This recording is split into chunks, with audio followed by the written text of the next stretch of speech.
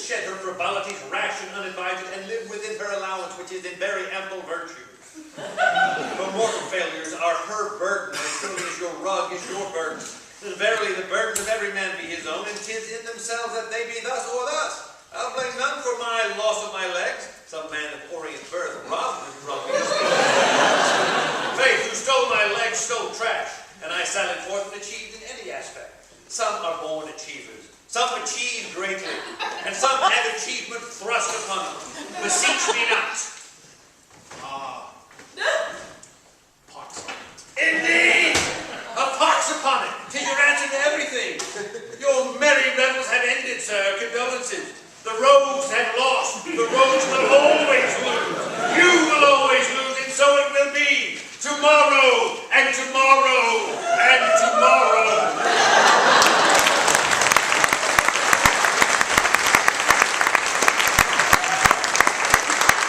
Lebowski, did you enjoy meeting my honorable lord? Truly, sir, a gentle marvelous. He bade me take any rug in the house. I pray you may remember us in future visitations. Faith, truly, when next I travel in this neighborhood, I will call upon his lordship's good honor and besmirch his refreshment.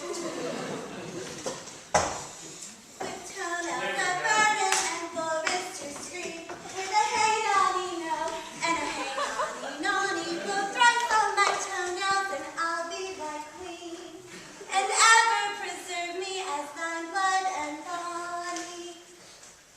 I pray you, sir, blow. Mary. But here's a lady of good interest, whose toenails are the very green of the common tongue. Where grass doth grow, and where country lovers do foot, whither shall I blow, maid? For I am but a traveling tumbleweed, and may be carried by any wind, even south. I mean only the wind in thine own maw in this case.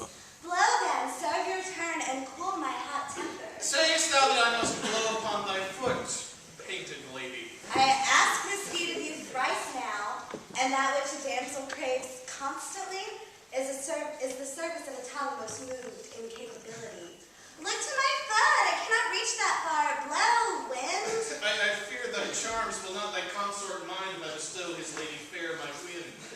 Nay, there's naught for which Oliver cares. He mindeth not, for he's an eyeless. Rebel guest must not tarry, Lady Lebowski. Lady Lebowski, then thou art bonny, a married wife indeed. And a lady of good housekeeping and agriculture besides, minded to economy and all practicalities. Without bring a cock into my bedchamber, I might help him to success for 10 shillings.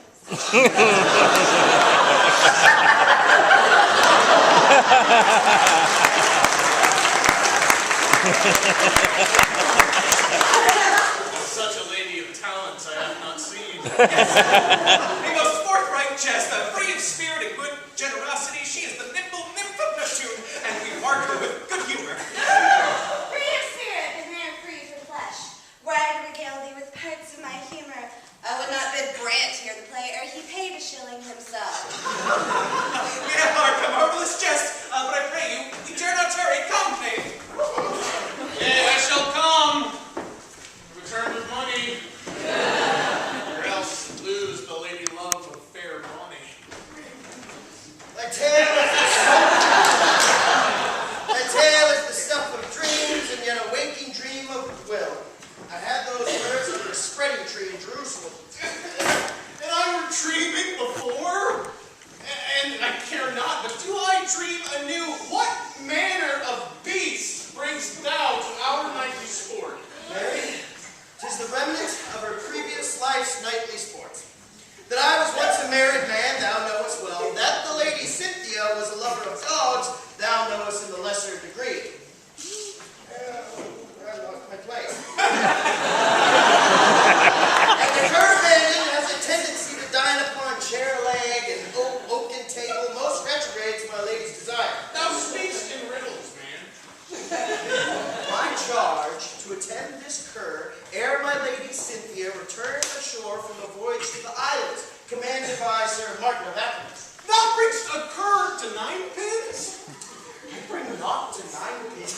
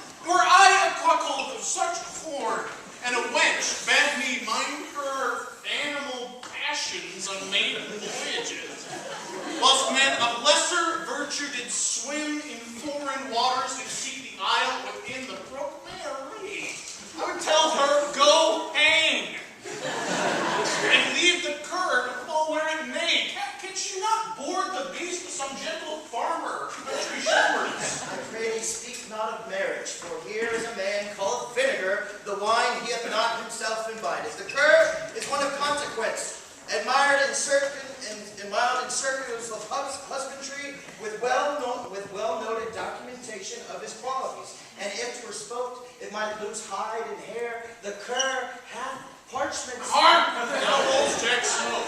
Thou crossed the line! Your pardon, noble sir? Thou crossed the line, Jack Smoke. Old Chevalier is clearly demarcated in our rules of tumbling past the throw. 'Tis play most foul. But see the pin struck down fair place course. Nay, mark down mine 8 pins. Mark it 8. Not 8, but all off. You'll mark not, O knave, as we carry on to the next frame. Peace, Sir Walter. Smoky, this is not the foul jungles of the darkest East Orient. This be 9 pins. We are bound by laws. Walter, the quality of mercy is hardly strained. But a fraction of his toe tripped over the line, and not God's line, but man's. Of late I have read much of toenails. Suit the punishment to the action, and shame not smoke in sport. Who unrightful judge? This forfeit is set in iron law, is drawn by great authority of league. One roll might well determine that our side advance to glory, or instead be retired as moss upon a tree stump, while the smoke drifts out to glorious summer. Be I wrong? Be I wrong? Yea, but Be I wrong? thy words are hard, I must equivocate. Grip thy pen, that I may mark it 8. Nay, I do contest, and draw thy sword. So teach thee to disobey my word. Mark none but none into that bolus frame, as thou shalt enter into a world of pain.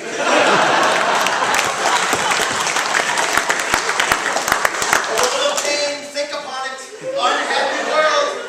A lake of fire, rich with damned souls, ghosts of anguish, twixt vials of agony. Mark me, we stand at jealous, twisted gates of cast iron, which of these in vulgar tongue reads, here is a world of pain thou enterest thus. The choice to spare thy passage through these trials is thine alone. Take heed, I entreat you, and turn thy back upon this world of pain.